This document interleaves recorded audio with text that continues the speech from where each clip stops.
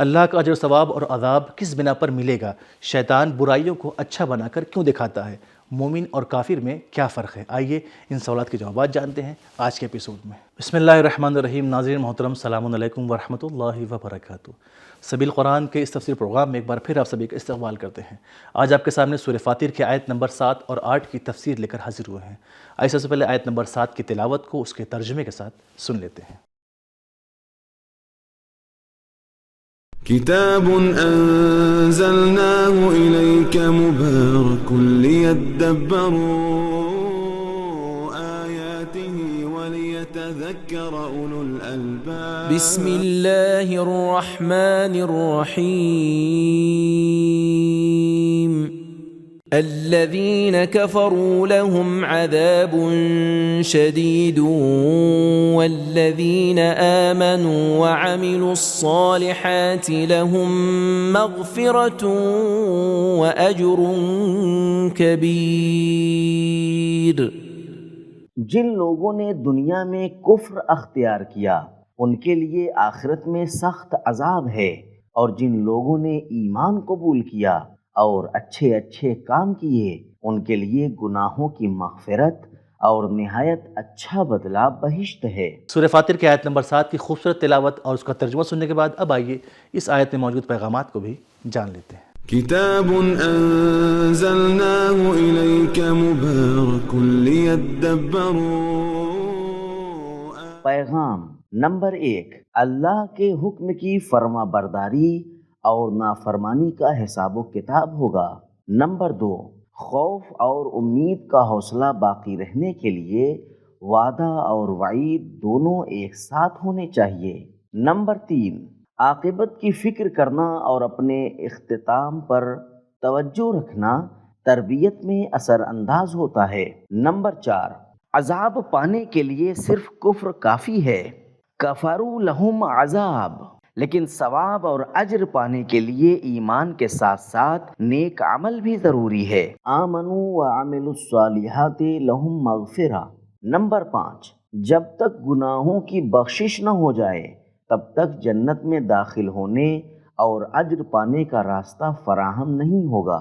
Number 6، پہلے اتمام حجت کی جائے اور پھر سزا دینے کی دھمکی دی جائے۔ پچھلی آیت اتمام حجت تھی اور یہ آیت جزا اور سزا کا اعلان۔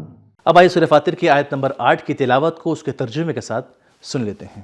أفمن زين له سوء عمله فرآه حسنا فإن الله يضل من يشاء ويهدي من يشاء فلا تذهب نفسك عليهم حسرات ان اللہ علیم بما یصنعون۔ بھلا وہ شخص جسے اس کو برا کام شیطانی اغوا سے اچھا کر دکھایا گیا ہے اور وہ اسے اچھا سمجھنے لگا ہے، کبھی مومن نیکور کے برابر ہو سکتا ہے؟ ہرگز نہیں۔ تو یقینی بات یہ ہے کہ خدا جسے چاہتا ہے گمراہی میں چھوڑ دیتا ہے اور جسے چاہتا ہے راہ راست پر آنے کی توفیق دیتا ہے۔ تو اے رسول، کہیں ان بدبختوں پر افسوس کر کر کے تمہارا دم نہ نکل جائے۔ جو کچھ یہ لوگ کرتے ہیں خدا اس سے خوب واقف ہے۔ اب آئیے سورہ فاطر کی آیت نمبر 8 کے نکات کو بھی جان لیتے ہیں۔